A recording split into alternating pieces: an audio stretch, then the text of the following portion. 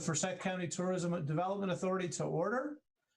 We have a quorum, so I guess first typical motion or item for the agenda is to review and approve the meeting minutes from last month's, or would have been October's meeting. Do I have a motion to approve the minutes from October 21st? I have a hand of Rob Hill and a hand of Randy Eady. And everybody in favor? I guess that's a raise a hand or say hello. No, without objection, so moved. Just want review a couple of things. We're going to have some transition in our midst. We know we lost James Williams to Greensboro. We are going to be losing Rob Hill to retirement, if that's still the case. It is still the case. All right. Well, Rob, I want to tell you, it's been a pleasure to get to know you and get to understand your passions and your skills through this process, because we had not met in probably our years here in the hospitality business, but I've enjoyed and appreciated your counsel and your partnership and your friendship through this journey. Your leadership on the marketing committee and your counsel will be sorely missed. So we wish you well. We hope that you're welcome to pop in as an interested bystander to our meetings. I'm glad to do that from time to time. Please do. Hit me a text if you want to join. We'll get you the link because this is an open group. But we wish you well, and hopefully you have many things of rest and relaxation planned for your next chapter. I do have some good things, and once I get my little shot, I'll be even better to go. But it's been a pleasure. You know, I've been doing this for 2 years. I've met some amazing, great people that are very passionate about our business. We've been doing it really, the TDA's done some great things, and they will do great things again. Just got to hang in there and just get through this mess and then move forward. But it's been a great experience. All right, Rob, we wish you well. With that, as a little order of business, Rob was the chair of our marketing committee and had led that effort and worked with Marquita and that group.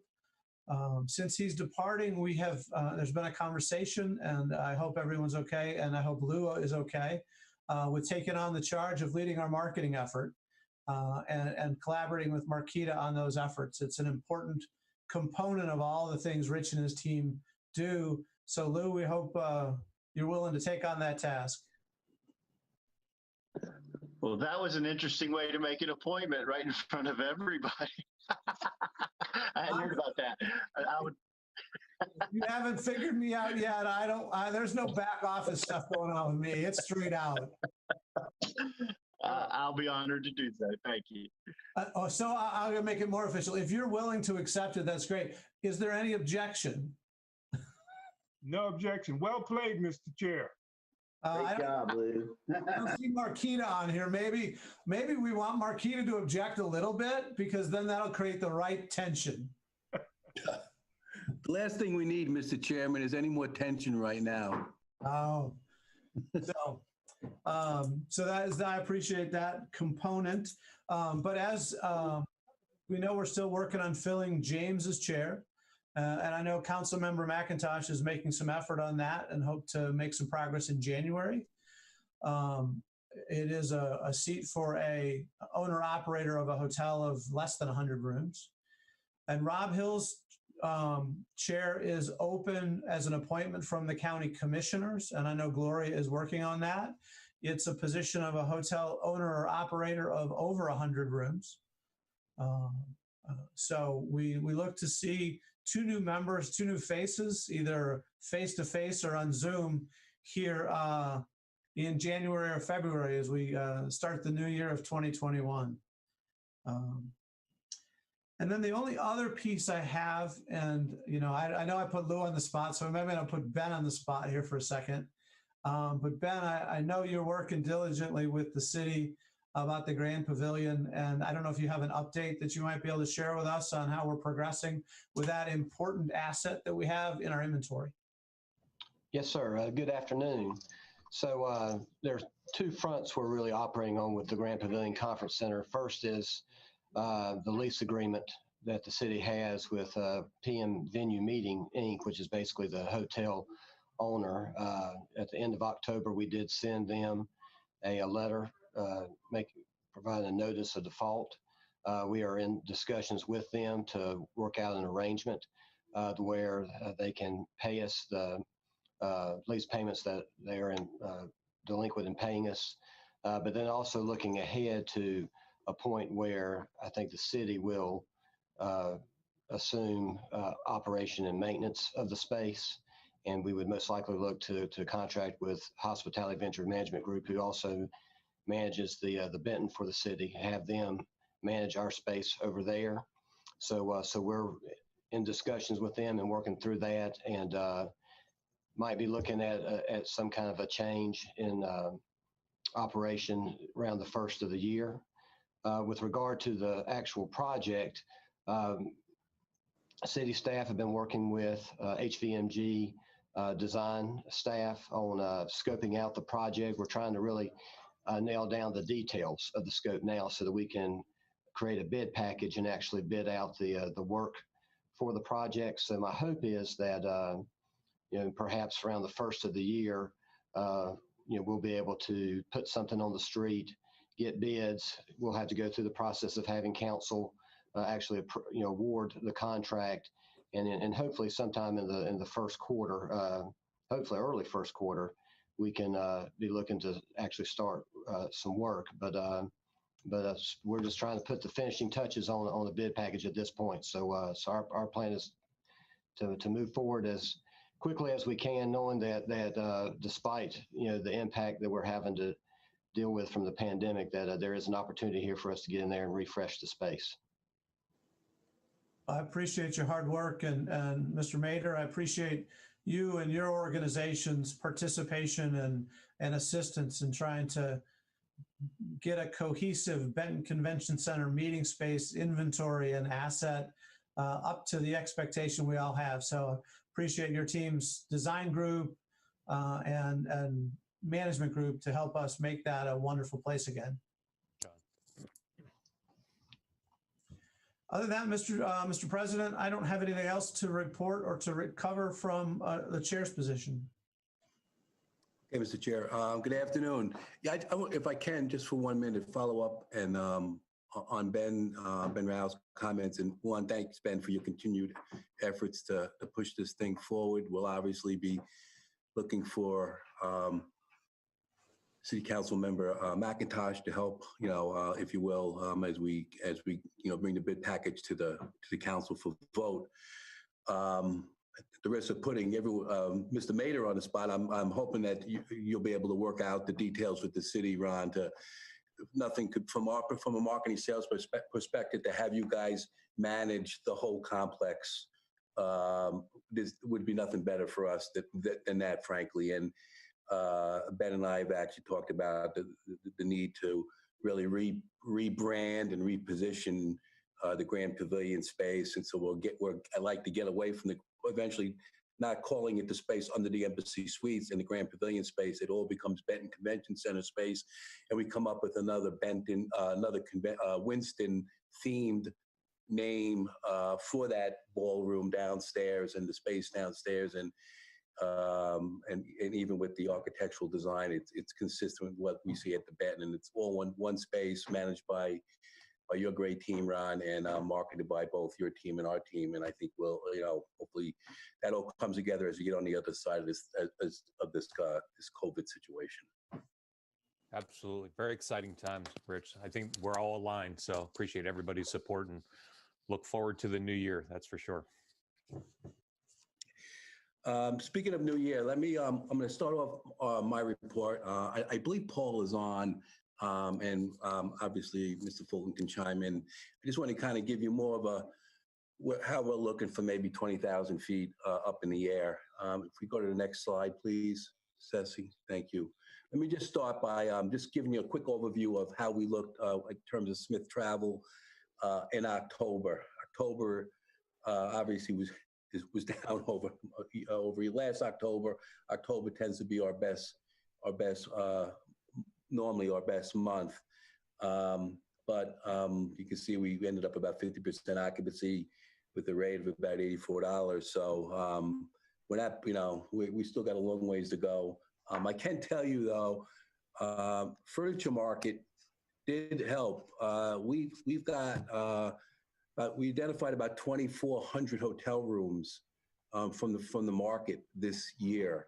Now, granted, that's not the 6,000 we normally get, but I would submit to you to some extent, a few months before October, we weren't sure if we were going to see anything out of the market. So we're happy to at least been able to pick up about 2,400 rooms, and I think that really obviously helped lifted October. If you go to the next slide, it gives you an idea of how tax collections are coming in this year.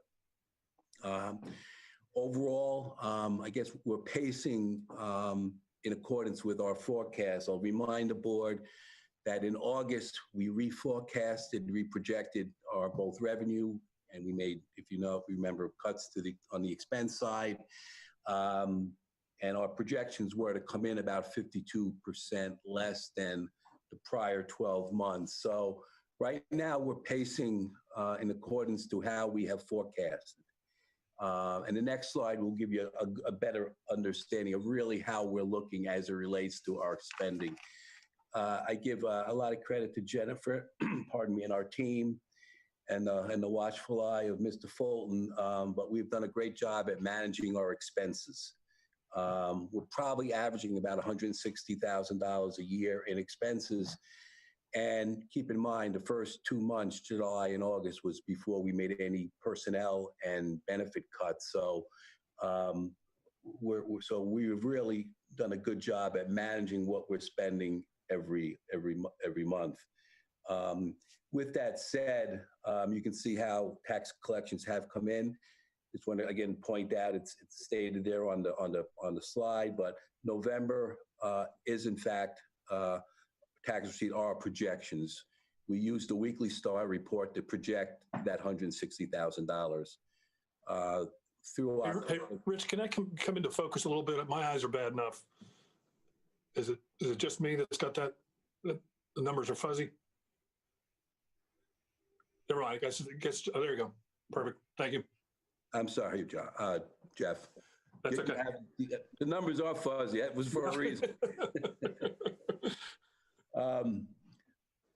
But actually, if you look at the projections and what's happening, I think overall, I'm comfortable with where we are. And again, a lot of it is because we've really been able to keep control and manage our expenses well. But right now, we've been in a position to put money back, into the fund balance. We haven't had to use the fund balance, and we could be sitting if November holds up the way we're looking like it will, or should, or forecast. We could be sitting with about $425,000 to $426,000 in fund balance. Remember, we started the year at $290,000. Remind the board, though, we are going in, and I know Paul has mentioned this several times. We are going into 3 tough months. December, January, February. I don't think anyone who works in a hotel knows what that's like. So, but at least we're going in a position that we've actually put money in the first quarter into fund balance versus using it.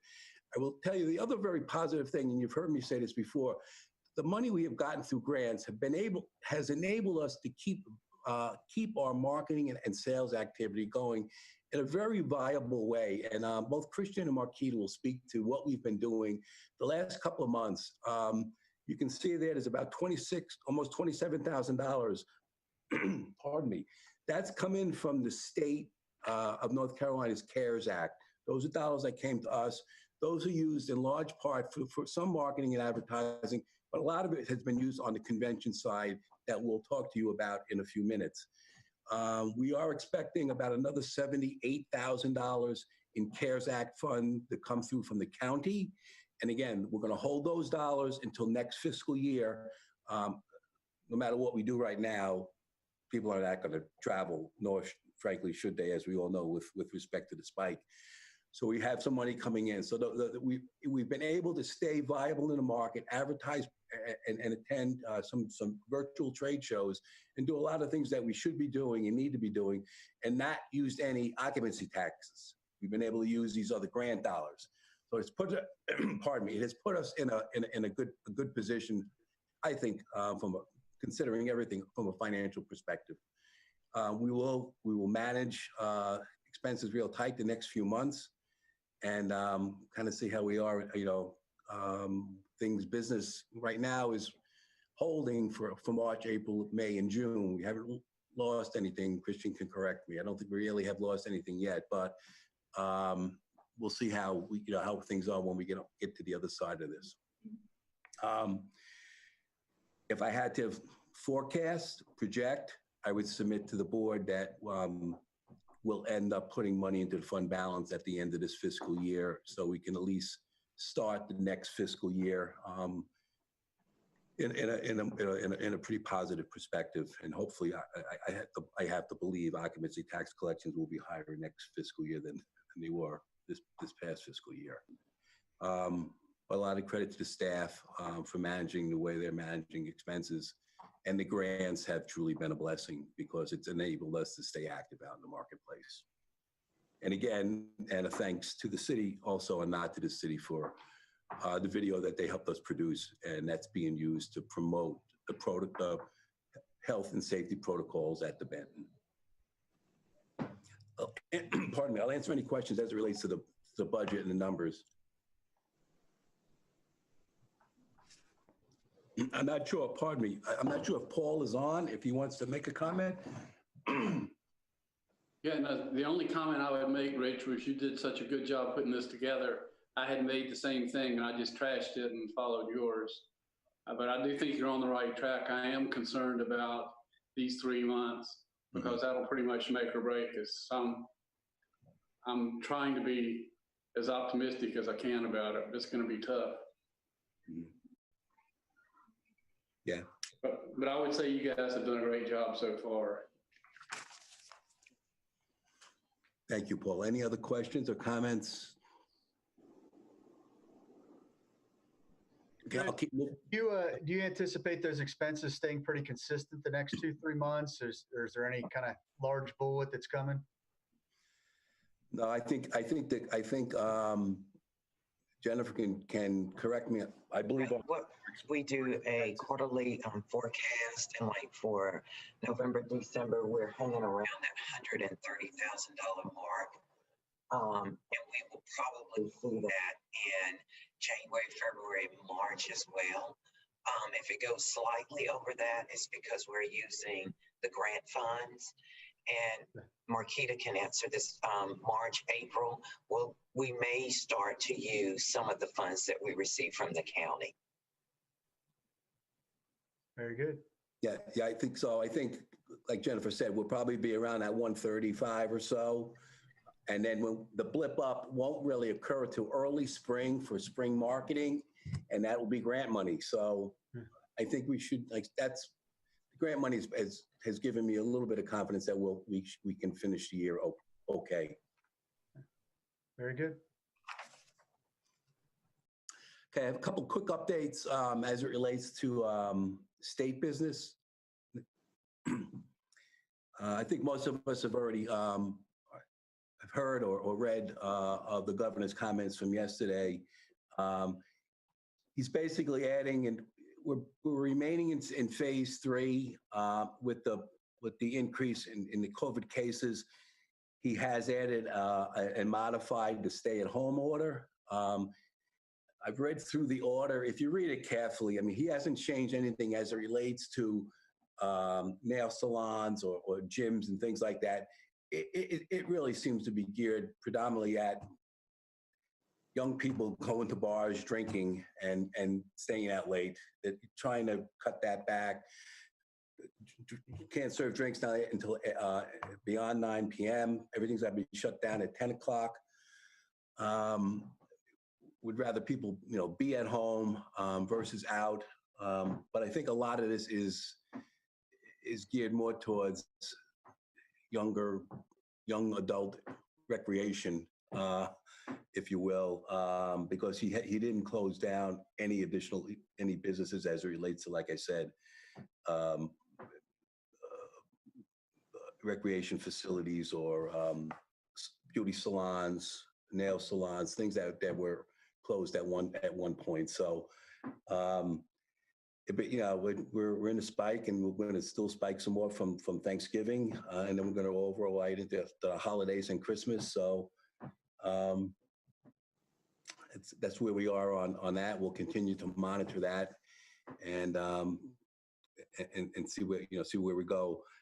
There seems to be some confidence. Obviously, there's a lot of confidence in getting the vaccination out, and I happen to hear just through a doctor from Wake that it probably start getting pretty readily available to many of us citizens, essential workers, maybe as early as June and July. So that hopefully is encouraging.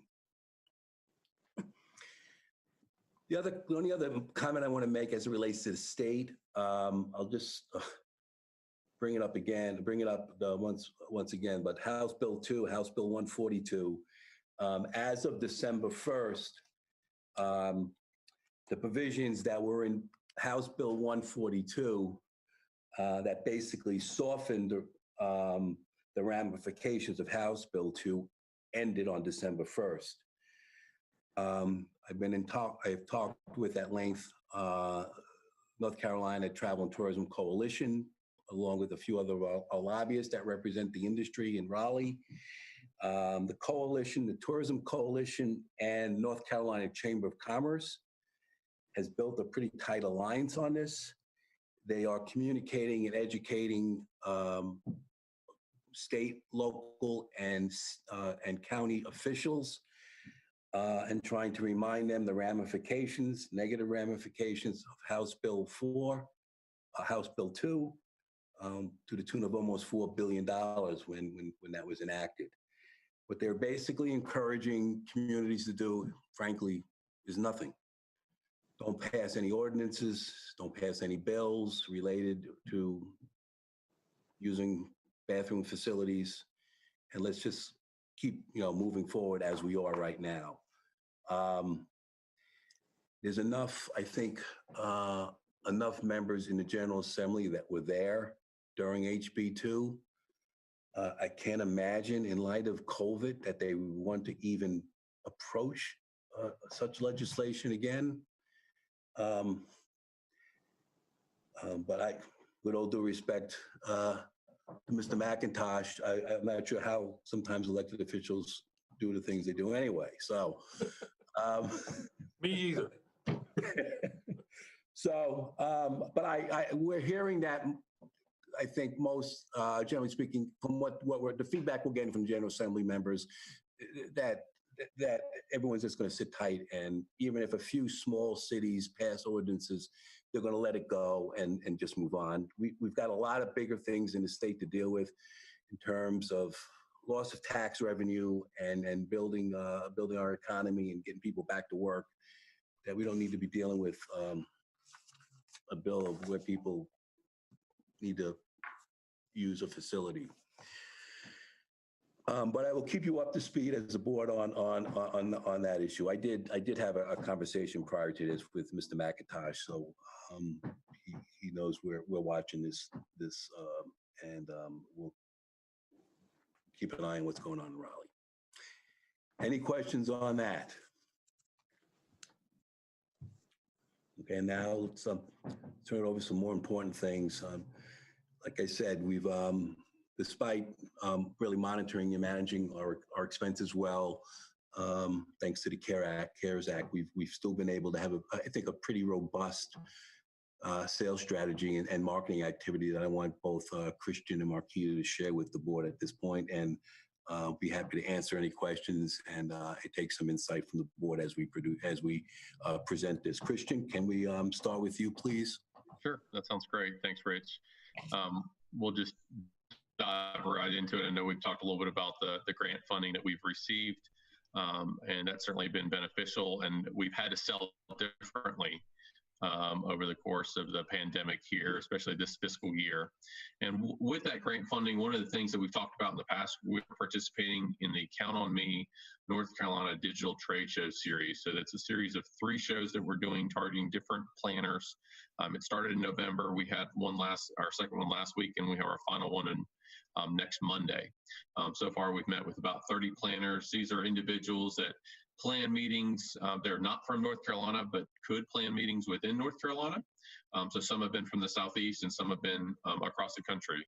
So it's been a great program to tell them a little bit about what we're doing in Winston-Salem, obviously sharing some of the safety protocols as well with the Count on Me brand and that campaign, but also sharing information on the Benton, and certainly the video that we have as a follow-up tool that the city created has been very beneficial sales tool for us with that. The other thing that we're getting out of talking with these planners is really hearing in their own words what's happening, what their projections are for 2021 and beyond. And obviously, that with that being said, they've got first and second quarter, not a lot of events happening.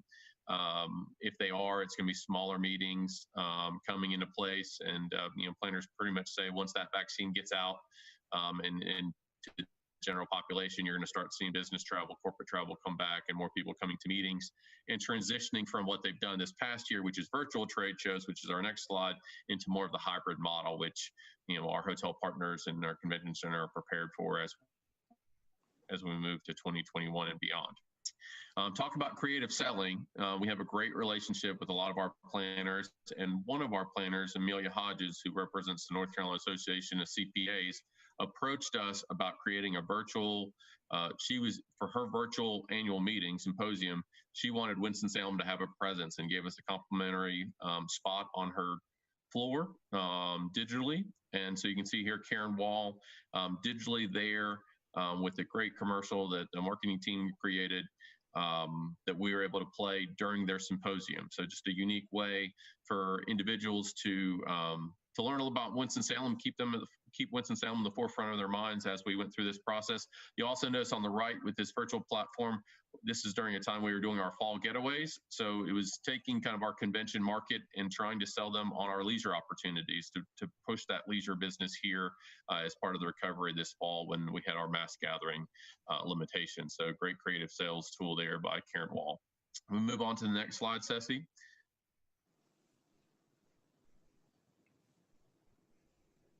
And then, as everyone's aware, traditionally in December, we have our large Association of Executives of North Carolina trade show that we participate in, and we do a client event and meet with clients throughout that week as well. It's a great touch point right before the holidays. Due to COVID, AENC canceled the trade show this year, but we are doing virtual fireside chats as an opportunity to roll out and touch base with our clients before, kind of creating a little bit of an experience there as well. So over the course of the week, we have several sessions. I sat in one this morning, really gave the opportunity for the clients to share with us just what's going on in their personal lives, what's going on in their professional lives. And then we, to make it experiential, ended with a Winston-Salem branded game of bingo. But we sent gifts out to the clients in advance. So they got their Winston-Salem mug here that you can't see with some coffee and some cookies. And that was very well enjoyed this morning, and we'll continue that throughout the week. So another great touch point with clients moving forward. And this was targeting our Raleigh-based planners. As we continue on with the presentation, we've obviously continuing with the digital presence. CVent, some of you may be familiar with that. That's a tool that a lot of our Helms-Briscoe representatives use. It's a platform for distribution of leads and research of destinations all on one site. They have rolled out a new destination guide. And with that, it gave us an opportunity to really enhance our listing. This again is all complimentary, so there was no cost associated with this. And an opportunity to reconnect with some of our planners through this new destination guide through CVent. So it's a great listing, great offering there, much more dynamic than what we had before, which is, essentially, one image and a paragraph. So really drills into it and an opportunity to get to the properties as well. And so that's a little bit on what we've got going on from a convention standpoint. We are very excited about things that are going on in the sports world as well. We just met with our RISE folks. We meet with them very regularly, but RISE is the indoor sports complex that's being built at Truist Sports Park out in the Bermuda Run area. It's going to have indoor basketball, courts, volleyball. It's a great sports asset that's coming online. We've talked about this a lot in the past, and it is well on its way to going up. You'll see some images. These were taken just last week. You see the roof is going on. You're going to have over 120,000 square feet of space here with that indoor multi-court, multi-sport space. Because the roof is going on, they fully anticipate opening in June of 21, if not before then. So certainly pacing ahead, and winter weather doesn't seem to be quite as big a concern as they move forward with this facility. But for us, it's very exciting because we've got another demand generator coming into the market in the middle of the recession. So that's going to be a great asset for us. And as you've seen through some of the Smith Travel numbers and the hoteliers that are in the meeting know that sports has been one that we've actually seen quite a bit of room nights from here in the fall. That's kind of helped with some of those Smith Travel numbers. So that's a little bit about RISE. We are doing some email blasts. Our marketing team is working with their marketing team as well on how we can best position RISE moving forward. Bonnie Burnett, who's also sports sales manager, also serves as the chair of the North Carolina Sports Association. There's been a lot of work with creating the North Carolina Sports Leadership Council as an advocacy group within the state, made up of sports leaders, both involved in amateur sports as well as professional sports. They had their first meeting yesterday. I think it's going to be a great advocacy for the state as we move forward with the recovery. I'm delighted also to have CJ Johnson serve as a member of that group. So CJ, thank you for representing us on the Leadership Council. Bonnie as chair is also representing us. So we do have some great representation here from the Winston-Salem area with that group. Rich, you look like you're going to say something. You're on mute. Still on mute, Rich. CJ, you know, being an advocacy group and all, I gotta believe to some extent they're going to be following the HB 142 issue as well. So it would be good for both of us to compare notes as you hear things through the Leadership Council. Will do. Definitely COVID kind of dominated the conversation yesterday, but I think both of those two topics will be pretty prevalent here the next few months. Okay, good. Absolutely. We'll just need to keep making sure we're talking, so we know what each group is doing. Will do. Thank you. Great. Ceci, we'll move to the next slide. So really excited to kind of share this last one with you in this pandemic that we're in. So for the first time since March, we actually started servicing groups that have come here to Winston-Salem. We had our first 2 group tours come and enjoy Festival of Lights. Big credit to Kay Calsolari, our group tour and services manager, for creating and then recreating again new tour itineraries that would work for about 30 people. They were here last week. We had another group come in this week, but very well received. And both events closed with holiday dinners at the Schaffner House, and they stayed at one of our properties in the Haynes Mall area. So great to have motor coach groups come back to Winston-Salem. It's the first time we've had them again since March, which was fantastic.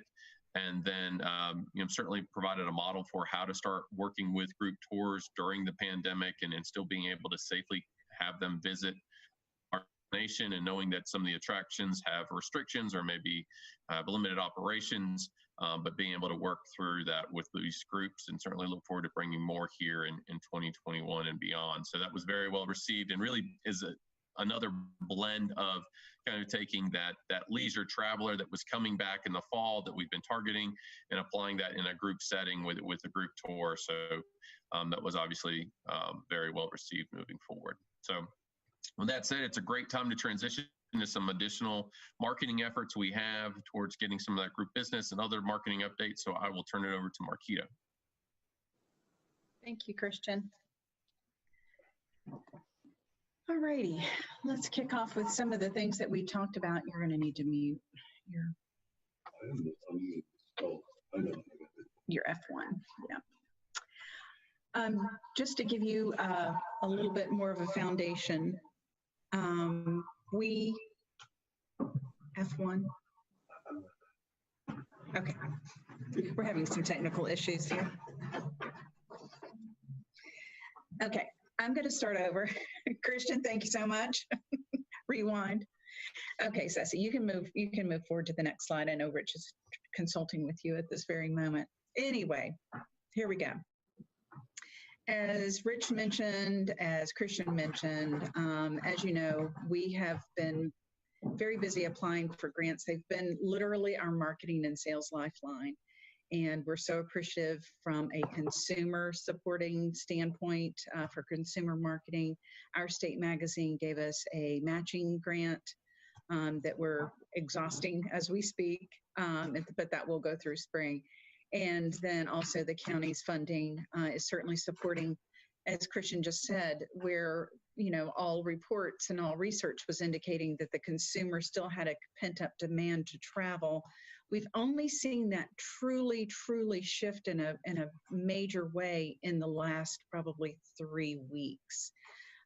So again, with the spike. So it was actually a perfect time for us in an odd way for us to transition into 2 other grants that we applied for, and I'm happy to say we received from the North Carolina Travel Industry Association and the funding that they received from the North Carolina Pandemic Recovery Office. Again, these were very quick turnaround and very specific in their guideline in that it had to be COVID compliant, as do the others, with the exception of Our State Magazine, had to have some COVID compliant, but these were very stringent, and all expenses for these 2 pandemic recovery PRO grants all expenses have to be consumed by December 30th. So again, we got 1 in October, 1 in November, so we have literally hit the ground running. While the other 2 grant fundings, again, were pretty much concentrating on the support of the consumer and leisure market, we knew we needed to support the core of our hotel occupancy generator, which is meeting and conventions. Meeting and conventions will come back. We needed to keep and support what the meeting and convention and sales team was doing, what the hoteliers were doing, and their messaging and reaching out to clients.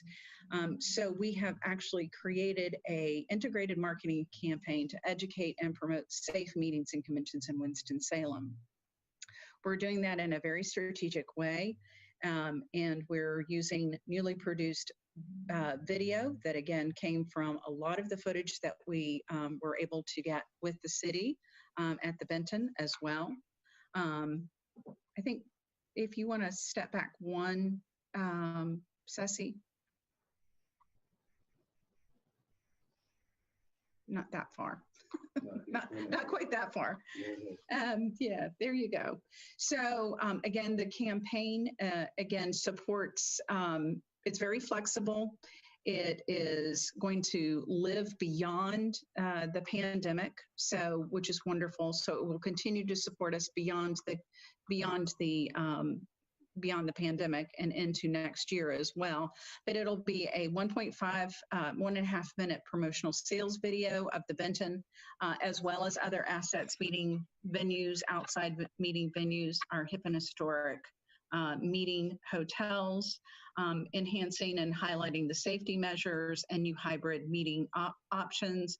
We did also capture a 360 video of the Benton and the different meeting configurations. That's something we had always wanted to do, but now we're able to do. Again, we are doubling the size of the meeting planner guide that we had. We've gone from 8 to 16 pages, again, in a very strategic way where when we no longer need pandemic COVID compliant conversations in the meeting planner guide, we can actually take that out and use it again in a very robust way. And then in addition to this, we will actually have a Winston-Salem Has You Covered to reinforce that campaign messaging, we actually have a branded face covering. You can see that on the slide there. That will be part of a direct mail campaign. It will be part of a targeted email campaign. Again, we're doing some digital ad placements, and these assets will be ever present and evergreen on the visitwinstonsalem.com website again. So we're very excited about that, and would not have been possible if we had not had the grant funding. Let's move on to public relations. From the onset of the pandemic, as you all know, sadly, we had either paused or canceled all paid advertising. So again, from a destination marketing standpoint, you never want to stop talking, but you just have to pivot and talk in another way, and perhaps in other channels than you had previously focused on. So we geared up on our social media, Facebook, Instagram, some tweets, and also industry email communications, and also really ramped up our public relations and strategic placement with our marketing team, both from Hayworth PR as well as the internal team here. Again, concentrating on why Winston-Salem is a great place from a regional drive standpoint, from an affordable standpoint, how safely you can have a leisure experience in Winston-Salem. So again, all of these placements have been that I'm getting ready to show you have all been achieved since the end of October. So again, an amazing collective effort. Again, supports not only the destination and keeping top of mind to the consumers when they can actually make their travel here, that they'll remember that Winston-Salem is a destination that they can travel to. And again, it supports a lot of the marketing that our industry partners are doing. You saw Tanglewood is on there. You see the Moravian Cookie, and Mrs. Haynes is certainly on there. Again, there's mentions of the gardens in a couple of instances. One is with Paul J. Senior, the other is with Renolda Gardens. Again, it's just a myriad of highly targeted, both in-state, regional, and then again, some amazing national hits as well. So we're very excited about that. And it's very, again, that's just an amazing investment in our earned editorial. One of the other hits that we were able to receive, again, I think, Ceci, if you want to go to the next slide, we actually got Mrs. Haynes in Forbes.com. So again, that's more than 33.7 million possible viewers on that. We were also highlighted in Raleigh Magazine. As you may remember, last time y'all, that the TDA met, the public relations and marketing team wasn't able to be on that because we had our virtual PR mission where we were serving our journalist with a lot of the wonderful hip and historic storylines. One of those that has actually already been placed is the Raleigh Magazine placement that you see here. So we're very excited about that, and mentions all of the partners that were on that and participated and supported the virtual media mission that we had at the end of October. So that's great. We'll keep you posted on that. In addition to the print and the digital earned media, we have had a flurry of, and again, this was very strategic on influencers, digital influencers who have a great targeted following as well. Oops, these are the print as well. Sorry. There've been so many. There've been 966 million possible impressions, both on a digital or a print standpoint, generated since the end of October, which is, I'm so proud of what the team has done. So on behalf of the destination. So again, print media, it goes on and on. I love it. The digital for the next one, Ceci, is the digital influencers that we literally reached out to because we know that digital influencers are highly targeted, have great influence on a market. And these happen to be all with pet influencers. They're the people that are still wanting to travel, and they were traveling with their puppies. And so we've gotten a lot of great placement on this as well. So we were very excited about that. NC Tripping, the placement there had come from a visit from a few months ago. So again, not only had they placed after their initial visit, but they reposted again, supporting the holidays. So holiday marketing was very key as well. All right. And then just want to share a broadcast with you from Francesca Page. She's actually a national travel expert. This was actually a placement and broadcast that she did to support Holiday on WRAL. There was also one on Spectrum News, but this is Francesca Page. She's also contributed to the Today show and CBS Morning News as well. So Ceci, if you want to go ahead and play that, you can. But we will see a lot of people traveling locally too. I mean, right in North Carolina, you have fantastic staycation options if you don't want to go abroad. For example, just 2 hours away is the hip and historic Winston-Salem area. It has a great downtown filled with breweries, restaurants, and a fun arts district. And it's a great place to get into the holiday spirit with tons of events like their drive-through Festival of Lights at Tanglewood and loads of Christmas shopping options. It's also the place to get a tin of those hand-rolled Moravian cookies. Oh, yes. Which is a great stocking stuffer. Oh, they are so good. That's yeah, you got to get some of those. So is there light at the end of the tunnel now? We were talking about vaccines in their final stages. Francesca, is the travel industry prepared for a major rebound perhaps in 2021?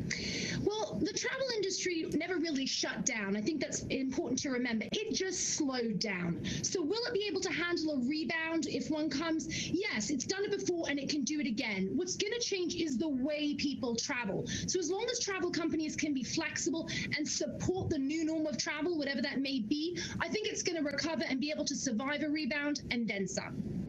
Boy, you have me craving Moravian cookies. To go get some. Francesca Page, as always, we thank you for your time and insight. Thank you. Definitely full of energy. But we will see a lot of people. So we just, I mean, obviously that's a great way to end. And that's, again, the culmination of so much time and energy and a lot of effort on the PR and marketing team. And we're so proud. And again, we love what it does is that it supports everything that all of our industry partners are doing in a very colorful and very meaningful and very memorable kind of way. So again, if there's any questions, we'd love to take them at any time.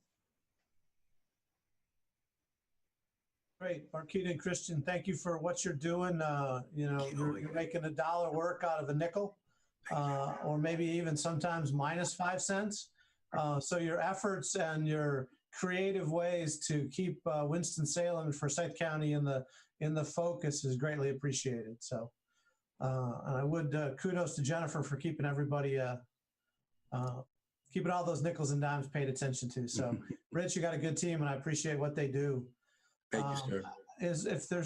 I don't know if there's any other business we need to cover. Are there any members of the board who have anything that they care to share or have questions on?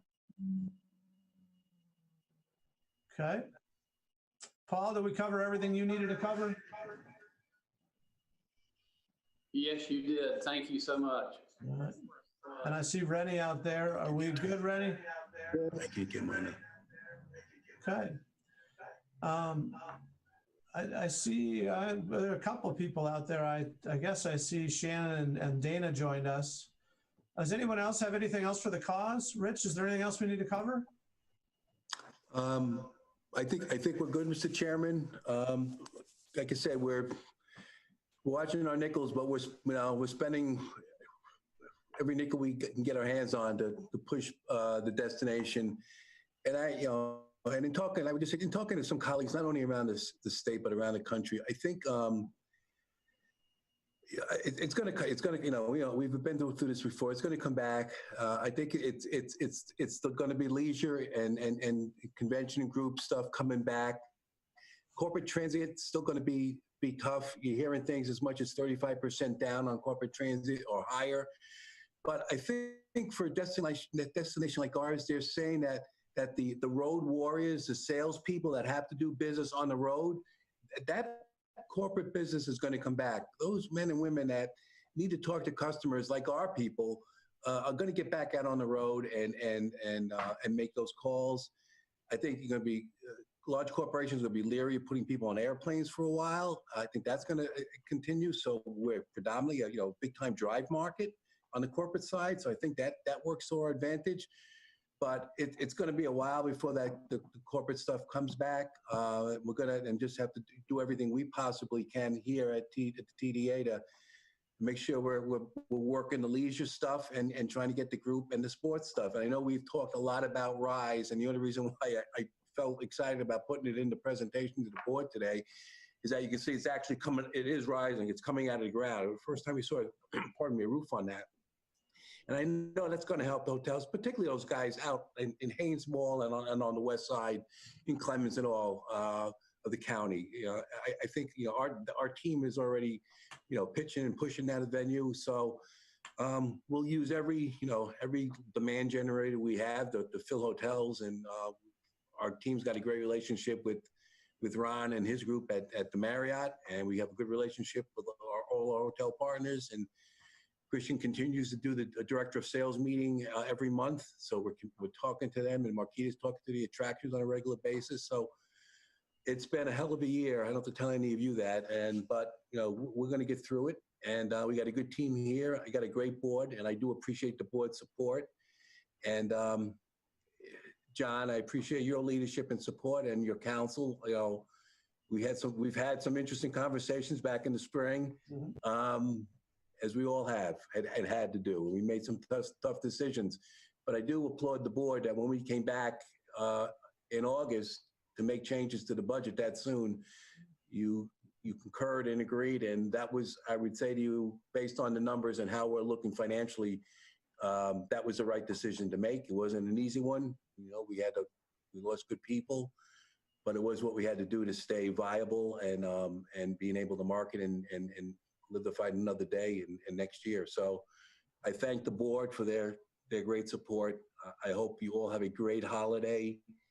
I know we're all extremely excited about seeing 2020 in the rearview mirror, but to all of you, happy holidays, you know, Merry Christmas, and have a great New Year's. And please let us know if we can, you know, do anything in interim, but we're here, we're working hard, and we're gonna get beyond this COVID thing and bring the visitor industry back the way it needs to be brought back to, not only locally, but in the country. Well, I second that, Rich. I appreciate your leadership. I do wish everyone a wonderful holiday and an extended break if folks have that time, and we'll see you back middle or late January. Rob, we wish you well and your endeavors, and thank you all. And we'll see you in the new year. Merry Christmas, good luck, everybody. Rob. It's been a pleasure. Congratulations, Rob. Thank you. Thank you very much. Congratulations, Rob. Good job, everybody. Happy holidays. Happy holidays. Happy holidays, Happy everybody. holidays, everyone.